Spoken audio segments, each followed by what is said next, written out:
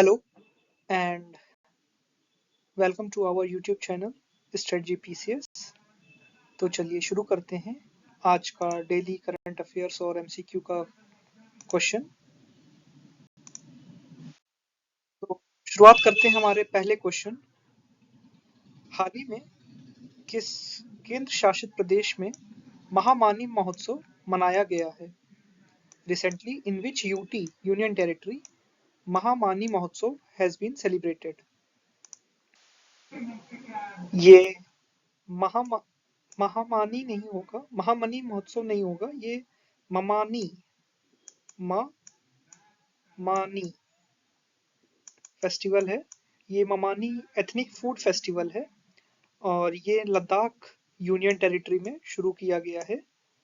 Basically भोजन का ये फेस्टिवल है, ममानी फूड फेस्टिवल। और यहाँ पे 6 फूड स्टॉल लगाए जाएंगे और ये लद्दाख के टूरिज्म और वहाँ के गांवों की स्पेशलिटी को डिनोट करेगा। इससे टूरिज्म भी बूस्ट होगा लद्दाख का। तो ये ममानी फेस्टिवल सेलिब्रेट किया गया है, Mamani ethnic food festival Ladakh में। In which city international desert festival 2024 will be organised?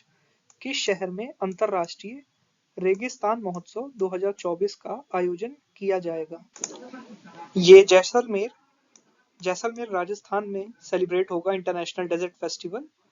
और ये जैसलमेर सिटी से 45 किलोमीटर दूर लखमना ड्यून्स में आयोजित किए जाएंगे। और डेजर्ट फेस्टिवल 22 से 24 फरवरी तक आयोजित किया जाएगा। 22 से 24 फरवरी, जिसकी थीम रहेगी बैक टू द डेजर्ट, रेगिस्तान की ओर। बैक टू डेजर्ट, रेगिस्तान की ओर। तो जैसलमेर राजस्थान में अंतरराष्ट्रीय रेगिस्तान महोत्सव आयोजित किया जाएगा। Recently in which city Union Minister Mansukh Mandavia has laid the foundation stone of Cancer Hospital? हाल ही में किस शहर में केंद्रीय मंत्री मनसुख मांडविया ने कैंसर अस्पताल की आधारशिला रखी है? तो हमारे यूनियन मिनिस्टर केंद्रीय मंत्री मनसुख मांडविया ने और गुजरात के सीएम भूपेंद्र पटेल जी ने राजकोट जो गुजरात का डिस्ट्रिक्ट है, वहाँ पे कैंसर हॉस्पिटल की नींव रखी है। ये खोडालधाम ट्रस्ट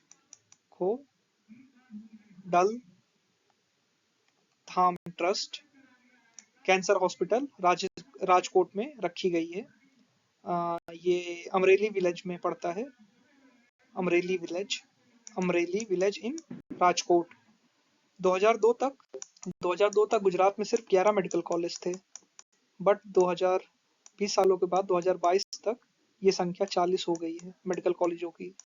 तो Gujarat has achieved in last 20 years in terms of medical facilities as well apart from industries। तो ये कैंसर हॉस्पिटल की आधारशिला राजकोट गुजरात में रखी है। पराक्रम दिवस celebrated on 23rd January every year and it is celebrated on birth anniversary of Shyama Prasad Mukherjee. इन दो कथनों पर विचार करना है। पराक्रम दिवस हर साल 23 जनवरी को मनाया जाता है और यह श्यामा प्रसाद मुखर्जी की जयंती पर मनाया जाता है। तो इन दोनों में से कौन सा कथन सही है?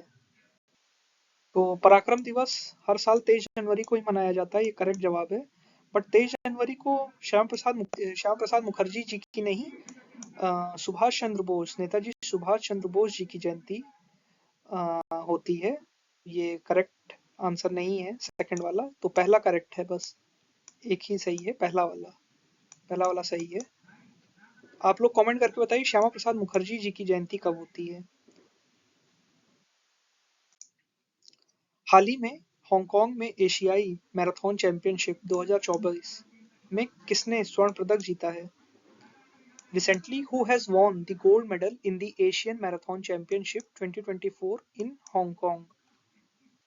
पहले तो आप हांगकांग के बारे में जान लीजिए। हांगकांग बेसिकली चाइना का ही टेरिटरी है एंड यहाँ पे चाइनीज़ी भाषा मैंड्रिन जो बोली जाती है वही है।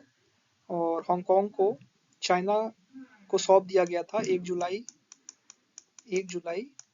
1997 को। तो इतनी चीज आपको पता होनी चाहिए हांगकांग के बारे में।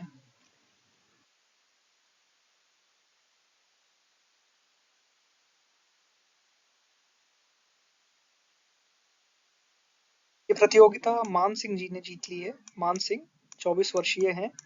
इन्होंने मैराथन 2 घंटे 14 मिनट और 19 सेकंड में पूरी की थी। इसके साथ ही ये दूसरे भारतीय हो गए हैं जो एशियन मैराथन चैंपियनशिप में गोल्ड जीते हैं। तो he he completed in 2 hours 14 minutes and 19 seconds, Man Singh, and won the gold medal. She became the first female neutral umpire appointed by ICC in dual series. हाल ही में दोहरी श्रृंखला में ICC द्वारा नियुक्त पहली महिला तटस्थ अंपायर कौन बनी है? तो ये Sue Redfern appointed female neutral umpire and ये बायलेटरल सीरीज होने जा रही है ऑस्ट्रेलिया और साउथ अफ्रीका में, ऑस्ट्रेलिया और साउथ अफ्रीका के बीच 2024 में। तो उसमें अंपायरिंग करेंगी ये सू रेडफान। इंग्लैंड की हैं ये इंग्लैंड की हैं। In which state the Indian army has opened selfie point? हाल ही में भारतीय सेना ने किस राज्य में इंडिया की सेल्फी पॉइंट खोला है? तो ये जम्मू कश्मीर में इंडियन आर्मी ने सेल्फी पॉइंट खोला है नियर एलओसी के पास उरी सेक्टर में। तो उरी न्यूज में था, काफी चर्चित जगह भी हो गई थी, इस पे फिल्म भी बन चुकी है। हम लोग ने स्ट्राइक भी की थी एलओसी में घुस के। तो या ये सेल्फी पॉइंट जम्मू कश्मीर के उरी सेक्टर में खोला गया है। In which of the following city Filmfare award 2024 has been organised?